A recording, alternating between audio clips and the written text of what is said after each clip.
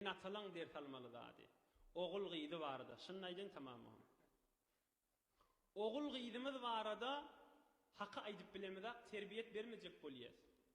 Resulullah sallallahu aleyhi ve sellem bütün beşeriyeti terbiyet verdi. Dikkat et.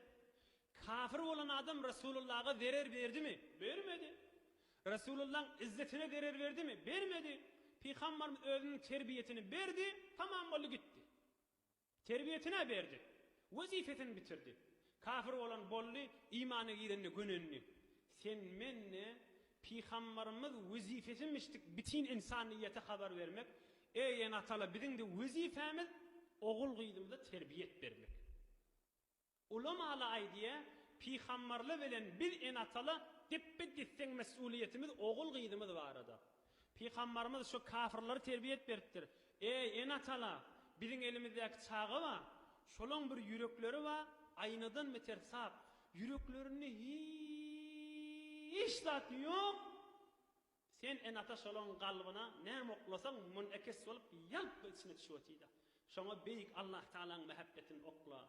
Beyik beyik Allah Teala'nın muhabbetini okla. Resulullah sallallahu aleyhi ve sellemin de muhabbetini okla. 15 yaş, 16 yaşa var yansa terbiyetini et. Huda etmesin. Onun meylek yine de azata sana dereri yok kıyamette. Tamam mı oldu? Dua et giderse yine de üstüne zahmet çeker. Yine onun meylekte kefin ula atmasa vazifen bitirdin. Sana dereri yok onun.